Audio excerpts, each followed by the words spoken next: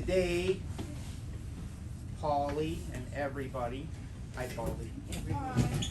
I'm headed straight for a hard topic. Boarding? Huh? Boarding? No, I'm starting. I'm heading for a hard topic. Oh, So I'm asking for everybody's grace. hey. I think you do that ahead of time, not after, right? So No forgiveness. I had texted Ginger a question. She's going to help me briefly this morning. But just as I was sitting down, I had another thought. And it was on Pastor Jason, right? He's from Kings Trail. Yeah. What happens leading up to when he's speaking? What's his wife's name again? Molly. What's something they always have to watch for? Leading up to when he's speaking or doing something, like the Saturday night, Oh, devil. right? And why is that? Because you're going in to preach. Okay. Or anything. Or anything. So I Whatever. was thinking, guys, if you step out in obedience, right? What's gonna happen? Oh, that becomes something. There's gonna be a bullseye, right? So I was just thinking that. I looked over my shoulder, had a brief conversation with the feller sitting behind me this morning, and I thought, you know what? You remember that. You remember that. The minute you step out in obedience, the minute you start putting your hand to paper and writing something down with Jesus' name on it, there's going to be a bullseye coming on you. And this isn't every time, but it is something that we need to remember. So today, last week, I spoke in a different church, and we headed straight for the jugular, and it was great. It was really good. And today, there's just going to be one brief thing from last week that I'm bringing over to this week, and then we'll kind of get into it. And I didn't want to ask a question last week, but I do want to ask it this week for whatever reason. This week, the group of people that's here, we're going to ask the tough question that I skipped over last week. So today's thing I was is worried after you texted me. so Now I'm like, today I wrote on the top footnotes. I don't actually believe that I could add enough footnotes to this. I had started because there was going to be some different activities today, so I was shortening up what I was like 10 minutes. I was going to hit the 10-minute mark, and then that didn't quite pan out this morning. So then boom, it went bigger. So we'll see if I can keep it together. So it's titled, "What Do We Deserve?" What do we deserve? Right? Not much. No. Not much. So I wrote down two quotes here. We will have to, I think I might have read this one here before, but we will have to repent in this generation, not merely for the hateful words and actions of the bad people, but for the appalling silence of the good people. How often do we sit passively by while our neighbors suffer? How often do we choose indifference to avoid the inconvenience of dealing with the injustice around us? How often do we make decisions based on self-preservation instead of kingdom growth? And here's the thing, because Bruce said we're praying for the things around us right now, right? And there's a lot of things that are on our mind. So when I said the inconvenience of dealing with the injustice around us, where did our mind take us? Where would our mind take us when I said the injustice dealing? Where would you go? Right, Kate? Right, that's what I was thinking for. What's all over the news? What's all over YouTube? Indigenous. Okay, there's another one, right? The things that they're on the news, they're on the media. Racism, black lives. Okay, all of these things. So what I asked, beside that, I circled the injustice around us, and I have a question for you. Do we start at home? Do we start with the closest person to us? And then do we start with the neighbor that's next closest to us? And do we fan out and fan out and fan out? Or sometimes our nature is to see the big things and we miss the little things.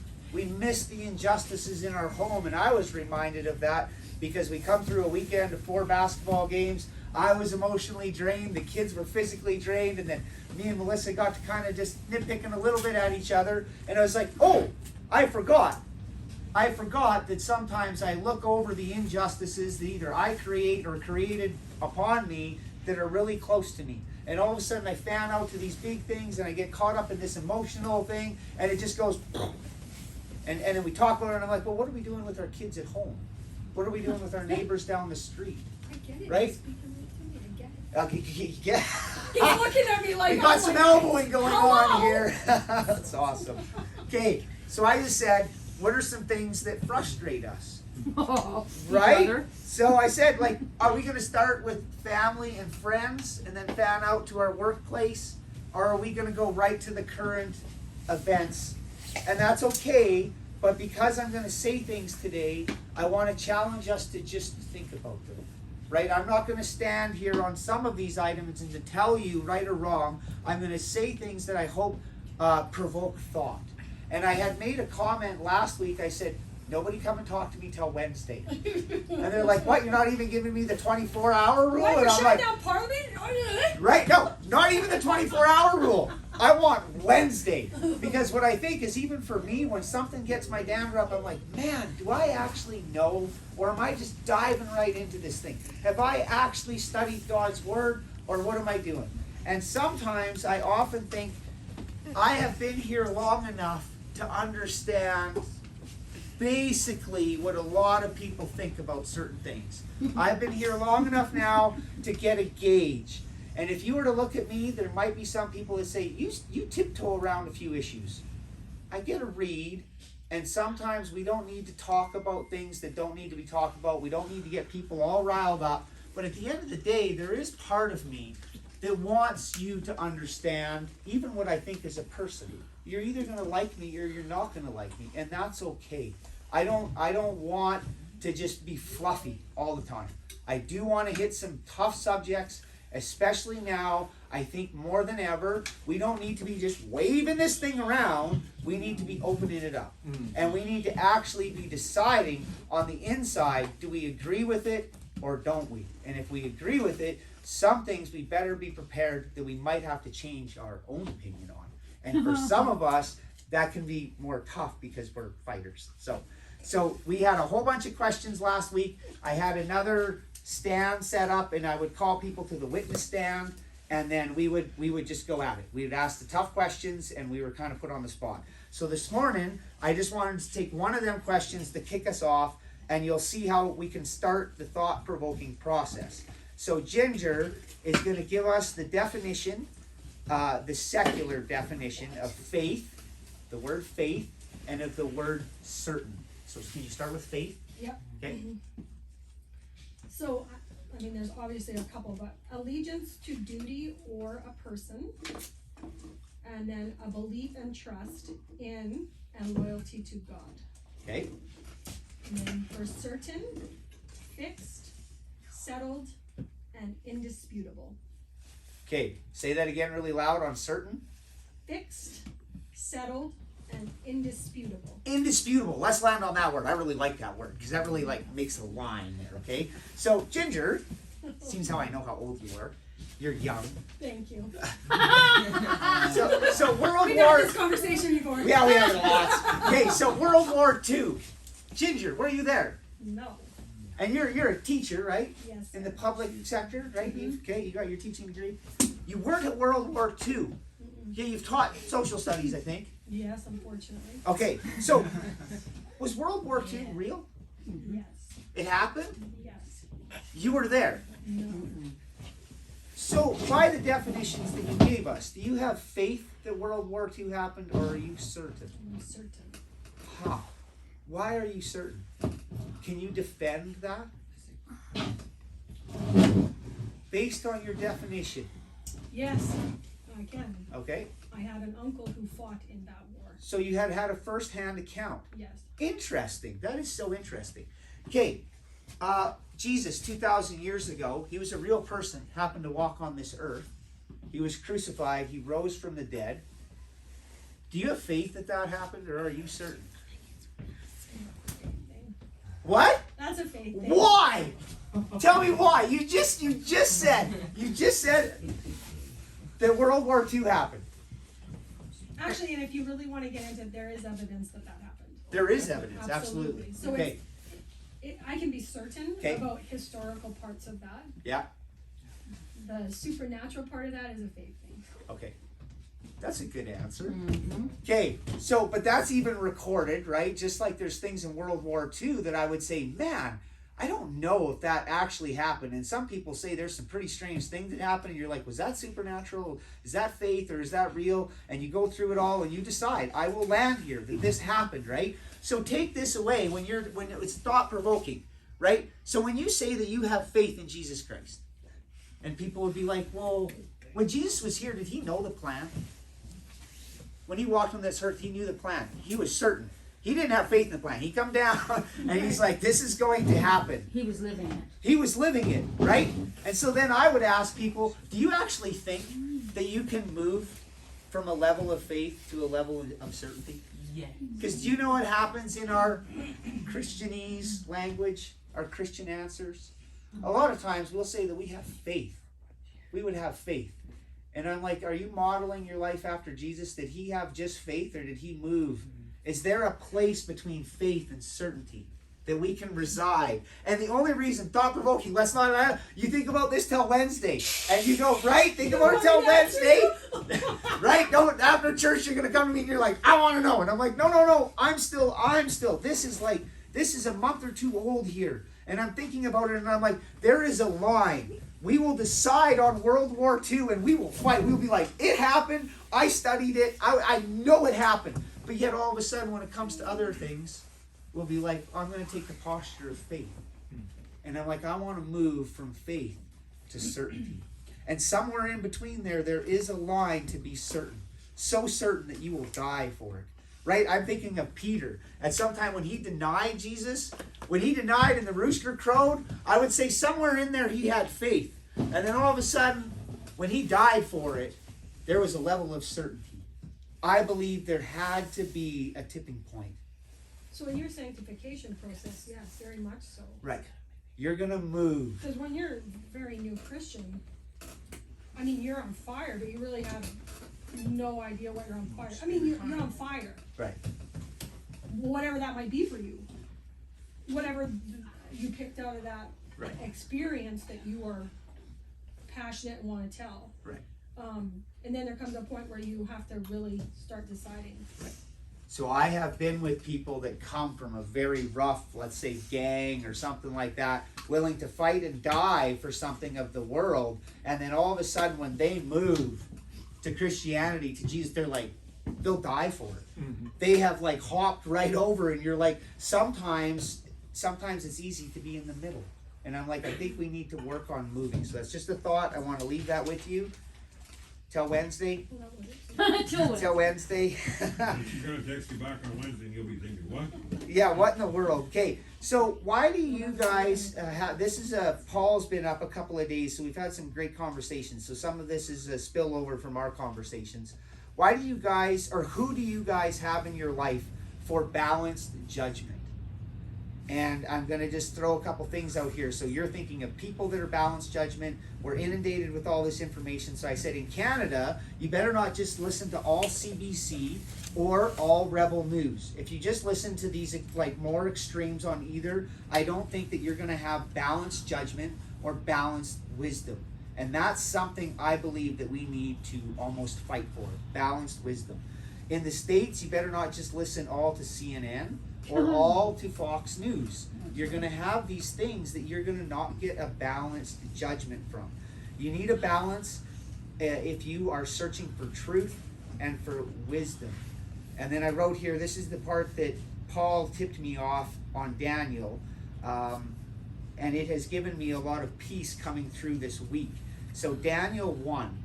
So now, as we do pray, and I recognize, even in this room, there's different opinions on the current events that we're faced with, right? So please don't get upset, but I do want to, and I don't normally head straight for current events all the time, but I feel led to today, and so I want to read Daniel 1. Daniel in Nebuchadnezzar's court. During the 3rd year of King Jeroboam's reign in Judah, so this is the Jewish king, King Nebuchadnezzar of Babylon came to Jerusalem and besieged it. The Lord gave him victory over King Jeroboam of Judah and permitted him to take some of the sacred objects from the temple of God. So Nebuchadnezzar took them back to the land of Babylonia and placed them in his treasure house of his God, little g God. Then the king ordered Ashpenai, his chief of staff, to bring to the place to bring to the palace some of the young men of Judah's royal family and other noble families who had been brought to Babylon as captives. Okay, now, what do you think was happening in Judah at that time? They obviously had a king. They were somehow sovereign, right? Let's call them a nation. They obviously had borders. They had some sort of kingdom. And then why? Why did somebody come and take them over? They had the power to do it, right? So they just walked in there. King Nebuchadnezzar, he came in. I don't think that you could have had, I don't think you could have wrote a letter to the government and said, I don't agree with this. I don't think that King Nebuchadnezzar should invade our borders. I think we should sit down at Parliament. We should debate this. I don't think that's the way King Nebuchadnezzar rolled.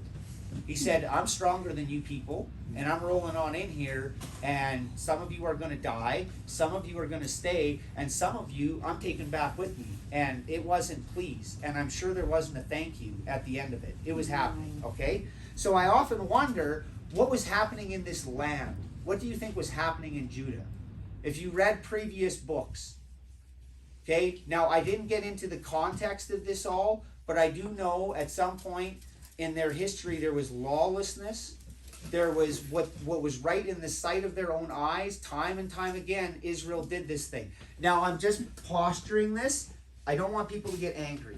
When you look at what's happened in Canada, not over the last couple of years, I do not, okay, I'm going to care, not care. Do you think over the last 30 years that we have moved closer to a godly nation or further away from it? Further away. What happens when you move further away and you pick and choose what is right and wrong in the sight of our own human eyes? What's right in my eyes, Polly, are you going to agree with me every time? No. Am I going to agree with you every time? No. So when that happens, who gets to decide? Right?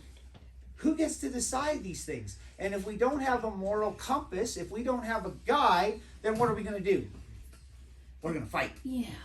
And if we fight, right? And then once in a while, we're going to start like this because the issues are going to be little. And then pretty soon that wave across the center line is going to get bigger and bigger and bigger. And pretty soon, right? And so all of these things that are happening around us, what I want people to do is really think about where they get their right and wrong from. Where do they get their thoughts of right and wrong? And when you are dealing with somebody with a different thought process than you, I would suggest that you have had careful analysis of your own viewpoint, right? And sometimes I would also say, I made this comment, we let our homes run rampant in certain cases. We let our relationships explode around us, but then sometimes we reach for these big things that may have, right? So where did Daniel go? Where did he go? To the palace. To Babylon. Babylon. He was here in his home, and they had left God at some point, or God allowed this to happen, and they're like, you. This whole room here, we're moving from Hines Creek. And I'm sure when they come marching in, it was like, you don't get to go have a vacation over here and get out of this. It was like you are all coming, whether you like it or not. You're leaving your business, you're leaving your home, we're leaving everything, and we're going to Babylon. And you're like, but what about my log truck? No. They figured that all out ahead of time. You didn't get a choice in this. So when we say that, I'm like, could any of us do that? Do you think? With no choice, that would emotionally destroy a lot of us because we have been used to living in a land of prosperity. We have been used to free choice. And what was the opening question I asked you? Anybody remember that? What do we deserve? Not a whole lot. Not much, but right up until we're offended or we disagree with somebody and then it's like, no, I deserve more than you. Really, and I'm going to fight with you over it. And I'm like, yeah, but you just agreed, right? Last weekend we went through 8 questions. And I said, you guys all said that we were going to agree on everything in the Bible. And then all of a sudden I said, yeah, but you said that when the Bible was closed. And then we opened it up and I asked the 8 questions and I'm like, oh snap, I don't think we all agree what's on the inside. This is going to be difficult, right? So we need to make sure that we're studying it, that we're discussing it in a civil manner. Do you guys argue to win? Do you debate to learn, or do you argue to win? Yeah, we're back, right? We're back to the arguing, right? Me and Melissa, I'd be like, "Kate, gloves are off. I'm arguing to win," and I get in the middle of the argument, and I'm like, "Oh snap!" So excited for the truck ride. So yeah, right. Maybe we should swap. But this is truth, guys, right? Because even on the inside, some of you are like, where's he going to go with this? Is it going to get better, or is it going to get... We need to be thinking about these things in a good way. We need to debate to learn and not always argue to win. Okay? There are some foundational truths. If you were to come at me and say, you don't believe Jesus is real, and I'm like, I believe Jesus is real, and I'm actually moving to a place of certainty, and I'm actually prepared to fight. Has anybody watched the movie Patriot? Mel Gibson, right? Okay, so remember, the only thing that I really remember about that movie is when, I'm thinking it's the French and the English, and they had the muskets, and they would walk out onto the field, and they would face each other, right? And then what would happen? My recollection of this, and I could be wrong about how the rules of this particular war work, but I envisioned it as they took turns shooting at each other.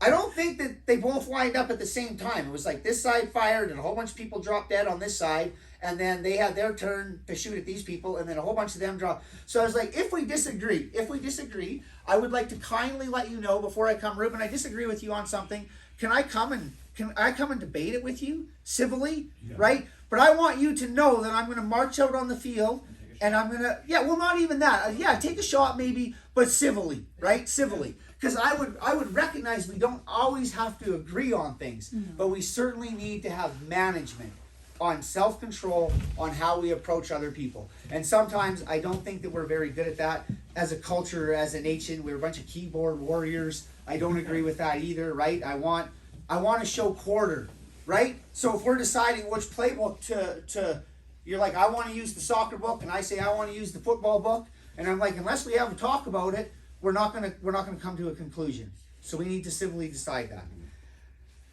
Okay, so sorry, I think I'm in verse 4. Select only the strong, healthy, good-looking young men, he said. Make sure they are very versed in every branch of learning and gifted with knowledge and good judgment.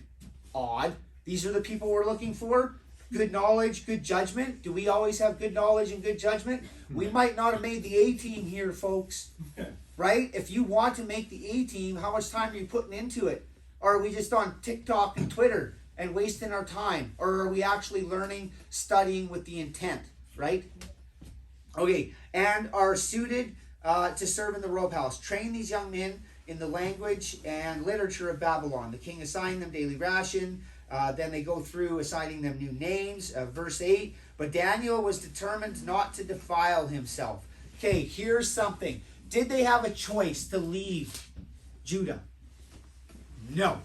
Okay? Not a chance. So all of us, if we don't deserve very much and say our time had come in our culture where it's like, you don't get to choose anymore. We're going to take all of that away from you. And you're like, no, I want to fight and I want my... And there's going to be a word, a buzzword that we're hearing lately. Freedom. And I really want to land on that word because we need to know what it means and why we're going to say it. Daniel, you know what somebody told me about this? They're like, Daniel's in the Old Testament. And I was like, whoo, I think we can still learn something from Daniel. He didn't have a choice. He went here. But before, when he was taken captive with no choice, he still drew a line in the sand. He did. Okay? And I think we can still do that. We can remove a lot of choices in our life, and I don't think that that's necessarily a bad thing. I think over the last 30 years, we've been inundated with all of this stuff, and I think that sometimes a little bit of a reset, it's going to make us think about this stuff. Determined not to defile himself in a godly way by eating the food, wine given to the king, he asked the chief of staff permission to eat these unacceptable foods. So God granted basically that through this person. And then if we go all the way down to verse 17, God gave these 4 men an unusual aptitude for understanding. And I wrote a note in my Bible here, wisdom. Who here asks for that? When something is getting their dander up, right? And all of a sudden I recognize a lot of times, I'm like, I don't know if I go into a debate or an argument with the posture of winning. I bet you most of them times, if I reflected back on it, I'd be like, I didn't ask for wisdom, right? If I'm going to go into a debate to learn, I might ask for wisdom. Lots of times when I go into a fight to win, no, I shut my little brain off, and I'm gonna win. It's Duke's up. I don't care what you think. We're gonna just go with what I say. Doesn't usually end well. There's a time and a place for it, though. However, we need to. That's the part of the balancing. Verse 20. Whenever the king. So these 4 men were set apart. They were granted wisdom and understanding. And then verse 20. Whenever the king consulted them in any matter requiring wisdom and balanced judgment, he found them 10 times more capable than any of the magicians and enchanters in his entire kingdom. Daniel remained in the royal service, #captivity, the royal service until the first year of the reign of King Cyrus. I thought somewhere I read that it was like 70 years. Yeah. 60. 60? I A think long it's time. 70 For more because than they didn't 60 let the years. land rest. Okay. It was Yeah. 70 in captive and he was there for 60? I don't know. Some number. It was a long time that he was in a foreign land, that he had got taken away from his land. And it basically, like Melissa just said, it was more or less brought upon by themselves. So in our lives, when we conduct business dealings with other people, when we debate things with other people, when we're going about our daily lives, are we keeping this in mind? Because if we don't, sometimes we are bringing judgment upon ourselves. And we need to be aware of that. I really think that we sometimes skip over that part with our daily lives, right? So I hid underneath the piano because I asked Ananias and Sapphira. Everybody remember that story? Right? What happened? They lied to the Holy Spirit. They did something bad. They made a bad business dealing. They lied. They did whatever they were going to do. And so then I asked the fellow that was standing up the sun, I said, could you pray over us all? Right? This would be, Jesse, I need you to pray over the entire church here this morning. And if we go out this door after and we lie or we treat somebody wrong, would we please drop dead in our tracks? And then basically I said, wait, hold on. You're too ambitious with this task. So I went and hid under the piano before he prayed. Because our heart is we want justice for others and we want mercy for ourselves. We would love when somebody mistreats us that they get smoked or whatever, right? Smite them, but don't come after me. And I'm like, no, we need to challenge ourselves in our lives that we're going to take responsibility for this. Because if we don't land on a moral compass, it's just a free-for-all, okay? Don't be scared to be taken off to a faraway land. Who here is scared currently to be taken off to a faraway land? Be diligent in your duties here or wherever you go, and you may be fulfilling God's purpose. Do we ever think about that? We just had prayer for Jay and Anna. They're off in a faraway land, and it can be tough, right? And so what are we praying? What did you say? Send somebody to them to help to minister them. And I'm like, if we were ripped away from our homes, would it destroy us emotionally? Or would we be ready to serve wherever we were? It might be different than what we originally thought about life, right? Because we do have a lot of thoughts. Me and Paul are talking about this jail cell, sometimes in Western culture, of material things, of all of this stuff. And pretty soon the bars, they're a long ways. They're a block away from us. And then a week rolls by, and then all of a sudden they're half a block, and then a quarter of a block. And then all of a sudden they're right around us where we can see. And the door has been wide open the whole time. But we've been just caught up with it. And we've never noticed it because our pleasure, our security, our material appetite, it's been satisfied. We've never had an issue. All of a sudden we have one little issue. Right? One little issue. And all of a sudden we're all up in a tizzy. And I'm like, some of it's fair, it's okay, but if we actually took the time to think about it, what if it was God's will and be like, you know what, you made a lot of poor choices over the last 30 years. I went to see, after I got a little bonk on the head there with that big chunk of ice, it really hurt. And you know what the nurse practitioner told me? She said, has God ever told you you need to slow down a little bit? And then she went like that, mimicking the ice, whacking me on the head. And I looked at her and I started to laugh. And I'm like, yeah, right? Once in a while, do we actually take time to appreciate it when there actually is a joke? We say, God, show me this, show me that. And all of a sudden, God shows us something. And we're like, no, not that. It's too tough. I didn't want to fight with my spouse. I didn't want to feel this material. I didn't want to do this. And God's like, you just asked for it. But you asked for the fluffy version. God's like, maybe the fluffy version won't do. Maybe, right? Just maybe. Okay, don't tiptoe around. Oh, sorry, I think it went. Be diligent in your duties wherever you go. Are you certain God is in control, or do you just have faith? Okay, this is back to being certain and having faith. When I say, are you certain God is in control? I ask you that, the church answer is yes. Right up until it's not your way? Maybe, right? We need to be thinking about this. Don't tiptoe around. Be balanced and full of God's wisdom. That's the goal. Okay, so sometimes I say things, even like a thing like this today, and I'm like, yeah, there might be a few people that are like, I don't like where he's either coming from or something like that, but I don't want to tiptoe around some of these things. Once in a while, it is important to head straight for him. Okay, all that being said, this is where I preached before. So the part that I actually said, now this is where we're going to get, don't be sharpening your pitchforks and lighting your torches. I had said when I was speaking last weekend, I didn't believe we were ready to head for Romans 13. Right? There's a few people, they started laughing last week, and I'm like, oh, obviously you know what Romans 13 is. Who here knows what Romans 13 is and 1 Peter 2:13? Something will be in your government. Something about, and you happen to use the wrong word, and that's fantastic. Does anybody know the right word? Submit, right? It says submit, so we're going to head for this, okay? Nobody get their dander up, please, oh please. Okay. Sometimes when we hear this, we can't handle it. With all that's going on, we need to be diligent in study of God's word. And I just wrote this. Now I'm actually going to go right for it and not use the buzzword. I want to use the buzzword now, and it's freedom. It's freedom. And every time I hear that word, I cross it out in my mind, and I write foundation. Okay? And that's there's a lot of footnotes, people, that come along with it.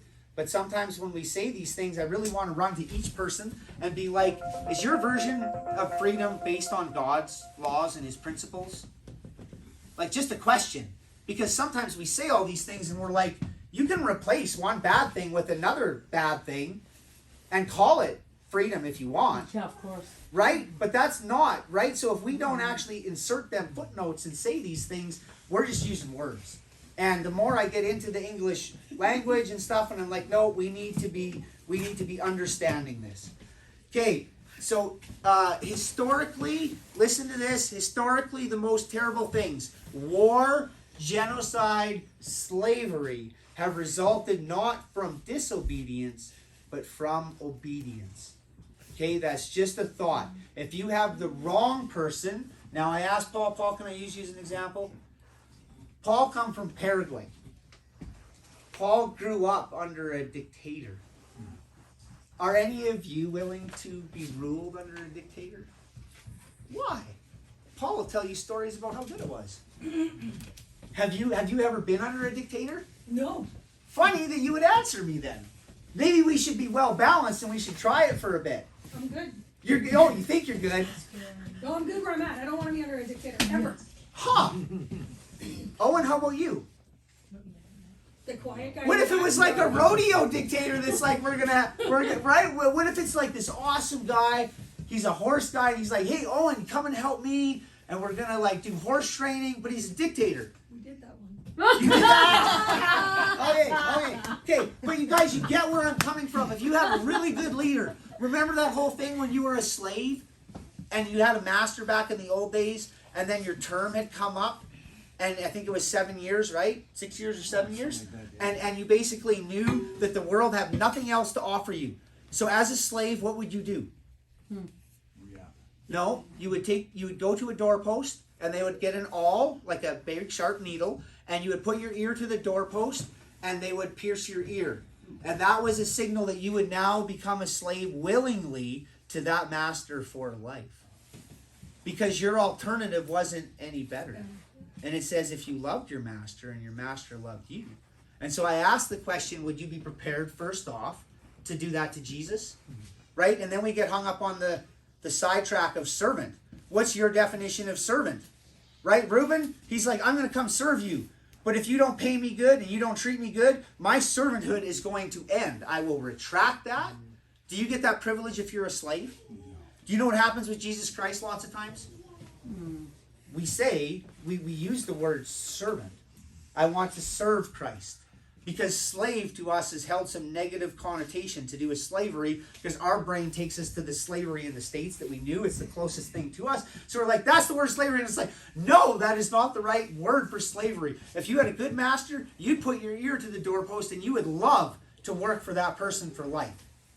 And so it's like when you think of Christ, we should posture ourselves in that thing. I want to be a slave. It's not a give or take. Sometimes in our culture, we've been trained. If the pleasure of this world offers me a whole bunch, then I might just choose to serve this thing and serve this thing. And what happens when we serve two masters? I think we'd be better off being a slave to the king, to the good king, than trying to pick and choose what we're going to serve. Right? You want your hand in the cookie jar, and it don't work that way. Okay, if I ever, it's not that, this is about Paul. Take Romans 13. The chapter is one of those classic clobber passages used to make sure we are all being obedient citizens, which historically has led Christians into all kinds of problems. And this is where I went to flip to Romans 13, because if we're going to say we're going to use the Bible, let's use it.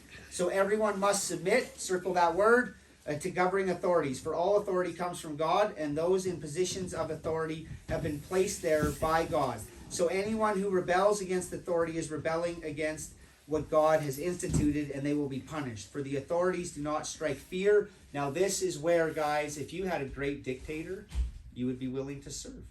If you had a horrible dictator, not so willing to serve. How long was the dictator in Paraguay? 35 years. 35 years. 35 years.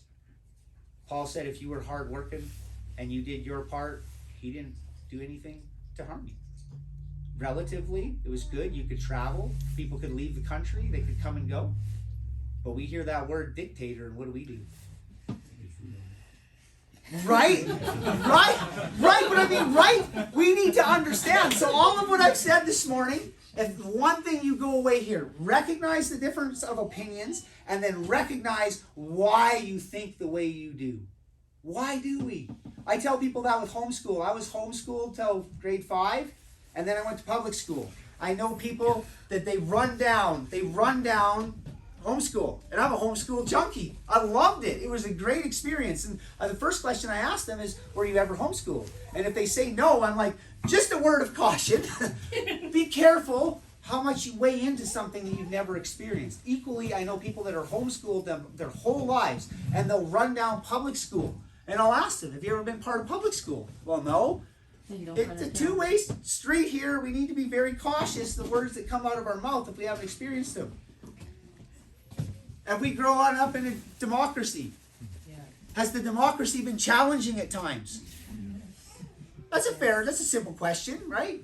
Yeah, sure, it has. If things aren't our way, we love democracy. If they're not our way, then all of a sudden we get our dander up, right? So then the question is, if we have a good dictator, Ginger's going to hold the line, and she's going to be like, I don't care if you use that word, I'm out. Right? But then we need to, right? It's the buzzword that's getting you, not on the premise of if it was a fantastic feller running the show, if it was King Jesus, we'd be all like, and if we were to say, divine, do we want to break down that almighty power? I don't want to place the word dictator on, okay? Because that's a buzzword to me too. I'm just saying, if there was a fantastic, and the premise of our brain could get over to, when Jesus is ruling, it's going to be sweet. So, right, I had a boss. I was like sold out to that boss. I would work so hard. I would work around the clock for that guy. I would do whatever it takes to make more oil, to make more gas, to keep stuff running. Every time I was out at 3 a.m, it was because I had this fantastic boss. I loved him, right? And all of a sudden we put that over into the political world, and it's like, would you have a problem with a boss like that? We search for bosses like that. But as soon as we hear that buzzword, we start to have a little bit of a problem with it. So it's something for us all to just be thinking about. Okay, but we live in times where dissent is more important than ever. All around the world, we are witnessing the rise of the strong man. Whose house are we living in? Currently, the earth, Satan's power is a real thing. And that's the strong man's house. So as we witness some of these tensions around us, our nature is to fight against these things, which is okay. But a footnote to that, back to Daniel, he didn't have a choice. Do you think they wanted to get uprooted? Was it God's will that that happened? Yes. Right? So as we are in the middle of conflict and of chaos and of different opinions, God's will or your will? Think about that. And think about it long and hard before we get up in somebody's grill that has a different opinion than us. Okay?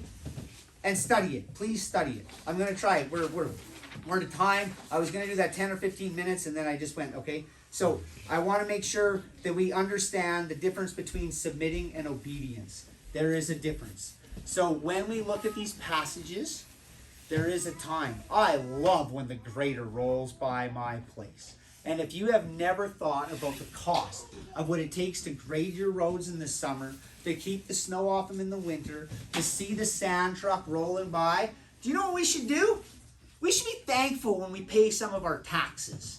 And we should be like, yes, this is a privilege to have all this stuff. But lots of people, what do? They complain about taxes. Yeah, some of the money, I'm sure, everywhere, it's going to be mismanaged, right? There's going to be part of that. But there's a lot of it that is good, right? Everybody wants to go to the hockey arena once in a while. That's fun about it. Everybody wants some schools. They want some libraries. They all have their things that they want that may be run by the government. But as soon as something little happens, then we get our dander up. And I don't understand that. We need to be more thoughtful about the things that we fight, the way we fight them, and all the footnotes that come along with them, and have some honest conversations. So when we hear the word submit, we need to be careful what we're submitting to. And when God calls us to be obedient, different story. Different story. FYI, was Daniel obedient? Yes, he was. He didn't just submit. He was obedient. Now, there is plenty of places in the Bible when Moses, what was supposed to happen to Moses when he was put in the river? Well, he was supposed to die before that. He was sent. Why didn't he? Because his mother did him and sent him along, and God had a purpose for him. In the bulrushes. So there's an example of disobedience. So when we do these things, my only thing to everyone is be very cautious of when we decide to move, right? And there's some things that are going on around us right now. They're okay. And I would say, yeah, you would see me agreeing with some things. And there is some things that are going on right now. And I'm like, if you don't add the footnotes, people, if we don't, then I'm going to have to take the posture of, I slightly disagree with these things. There's a time and a place, okay? And we need to understand the words. We need to understand our position. And our hearts need to be willing to go wherever God calls us. And if that was to be Daniel and to be enslaved, figure it out now. Because that door comes knocking in our lives, and I know a lot of people mentally couldn't handle it, right? God works in mysterious ways. He also submitted to God. Huh? He submitted to God, and he wouldn't Absolutely. eat the king's food, and he prayed even though he wasn't supposed to. So Yeah. he didn't. Absolutely, right? So that's the takeaway. Sometimes there is a time and a place. You pay your taxes, you do these things. The current events, there is a time. I love the privilege of my democracy to go and maybe stand in disagreement with something, but then I would say there's got to be a right and a wrong way. And I want to be open and honest that sometimes I don't have all that figured out, but I'm certainly thinking about it. Right? I'm going to let everybody know that at least I'm thinking about it, and I'm not going to go all willy-nilly and squirrely either way, okay? I think there's some footnotes that needed to be addressed. There's some things in my own home. There's some things with my neighbors. There's some things with my community. There's some things with Alberta. And then there's some things with Canada. And I do want to start in the right order, right? I don't want to just sometimes jump and get on the emotional bandwagon. This is one thing I underlined. The first recorded act of civil disobedience in the New Testament. Many disciples ended up in prison. And this was the people who worshiped Jesus. As Christians, the law cannot be our ultimate moral guide. Slavery was lawful. The Holocaust was legal. And it does say in here, this article I read, it just said, and it is something that is near and dear, because I asked Ginger about World War II.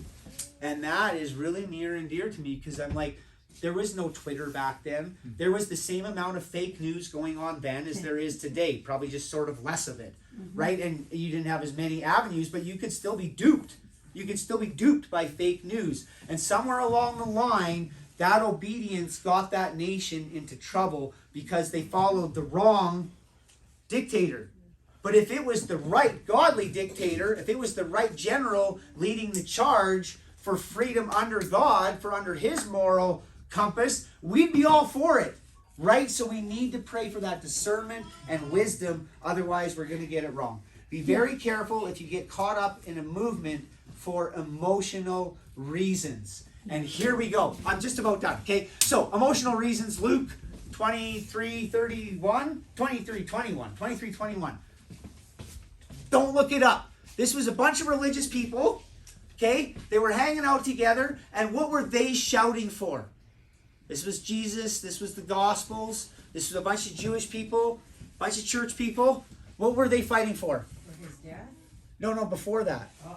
Jesus rolled in as the king, and they're like, hey, this is our guy, and he's going to give us, from the Roman Empire, what? Freedom. Huh? They wanted this buzzword. A bunch of church people. And then when they didn't get that word in the way that they wanted, what was the next thing they shouted? In Luke 23:21, huh? I'm going to light it up here. They started yelling, crucify him, crucify him. And you know what? I read all them accounts, and to my best knowledge, that whole crowd, they answered as one. There was some propaganda in play as well. For sure, but I mean, think about this. We're covering our emotional, and if some of us aren't rattled a little bit by today's topic, I don't know if we're thinking enough. They were all sitting there. They were a group of people. They thought they were going to get freedom one way, and they didn't base it on God. They skipped over all of that, and in the next minute, here was the real God that was certain, and they missed it. And we say, oh, I'm certain, and I'm like, they said they were certain that they weren't going to miss it 2,000 years ago in the flesh. They missed it. If we don't have that fleshly being here, and we say, oh, we're not going to miss it, I would question us on that. Okay? Be very careful. Be very careful when you yell freedom for freedom's sake. Without God's foundation, you are just trading in one bad person for a potential other bad person. Have you prayed for your current leaders? Have you prayed for King Nebuchadnezzar? Okay, right? Daniel, what did he do? He went out over there, ripped away from his home, and I tell you what, did he ever make a difference? He made a difference. Make sure, if you stand for truth, that you have searched out God's truth and that it's been weighed and balanced. Paul has been here for a couple of days on the premise of wanting to weigh and balance things in his life from a godly perspective, right? So he's going to talk to some people over here, and he's going to talk to some people over here, and he's going to talk to some people over there, and then we can have a balance, right? God's word at the center of it all. What do you think about this?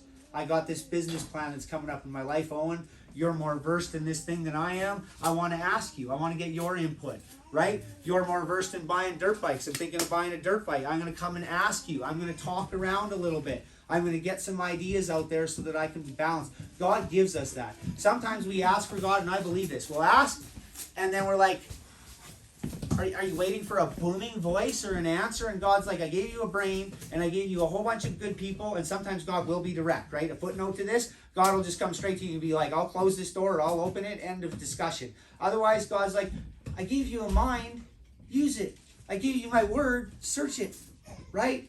I gave you people that love you and that you love them. Use them. Talk to them, right? Figure things out. Okay, so make sure if you stand, it's for God's truth. It's been weighed and balanced. A lot of people have used God's word as an agenda, and that is not right either. I know a lot of people, God's word will not return void. There's some big mega church pastors, and I pray that what they're doing is for God's purpose. Big churches aren't necessarily bad, but I have watched some go bad because they're not using God's word as the way it's intended. So we need to be cautioning ourselves on that. Make sure if you shout freedom and honk your horn that you have a firm grip on your foundation, and ultimately I would pray that rolls up under God's foundation.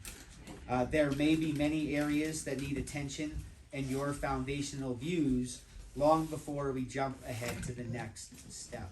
And again, I can't come back. It was Paul who just said, well, what about Daniel? And now it's been 3 days of just thinking about Daniel. And I'm like, that is a fantastic passage to read if you are worked up about current events right now. Read Daniel. Read his life and where God led him and the purpose that God had through that, and why they were all taken from their home to begin with. And maybe we'll see how our lives have maybe went astray a little bit. Maybe when we started leaving God out of the picture a long time ago, right? God, what does it say? Thy rod and thy staff. They comfort me. What does a rod do? Guides us. Huh? Disciplines. It just disciplines us, and a staff protects us. And every time I read that, I'm like, he says thy rod and thy staff for a reason. Sometimes we don't like the discipline because we've got used to the comfort. We've got used to the things all around us, and that jail cell has closed in around us, and now all of a sudden it's like mentally we're being challenged. And it's like, I don't know, lots of times even my mind, if it's ready for some of these challenges. And then I say, how often do you spend in the Word? How often do you spend on wholesome articles? You know, reading, trying to get a balance of your life. How often do you pray? Or do we just, again, go to be that keyboard warrior, and it's just stuff that is always on one side inundating us to lean a certain way. And I'm not saying that leaning a certain particular way in a certain event is wrong. I'm just saying we need to make sure that we've done all of them steps and spent enough time there before we jump on any bandwagon, right? I think that's an important thing to do. So God's balance and God's wisdom is the prayer. And I'll leave it there, and Bruce can take over, and then we can do communion. Sorry, I went a little long. Footnote Like there. 15 minutes. Fabulous. Okay. Don't worry. When you started talking about Jesus' crucifixion and whatnot, it kind of got me thinking. If the people had voted to free Jesus, where would we be now? Right. Think about that. Yeah. If Jesus hadn't died on the cross for us, No, we wouldn't be where would we saved. be? And the thing I always think is he knew our hearts, right? He knew how quick that crowd was going to jump into road gear, But he loves us basically to anyway. kill him, right? Yeah, so absolutely. Deep things to think about. He And loves take the us time anyway. to think about them, right? Just Because, because the bad thing is happening right now, God has a plan for it. right, It'll work out for the good. yeah. And then we say that, do you trust God, right? And then it's our turn to actually answer that. I totally And mean trust it. God. Do we trust Him? Yeah. Here's an answer. We have to Yeah. pray to be made willing to trust God. If we don't think we are willing to trust God, we have to pray for ourselves to be Yeah. made willing to trust God. And I hope that's what Ginger, when she read the certain and the faith things, that's something to really think about where you lie, you know, certain faith and grow that, right? To a place if we say we are certain in God and in deep in our heart we're not really sure that He is in control of everything, then we need to stop right there before we go a step further and work on that, kind of that line item, I guess. So, okay. Can I say my favorite expression about that? It's a Sure. basketball. When it looks like Satan's scoring the baskets, the points are still going to God's team. Right. That's right. Okay. So, we're gonna move into communion, so I'm going to give everybody a couple minutes just to, you know, contemplate while I bring the stuff in, and then we'll move into that. So just sit and pray and contemplate.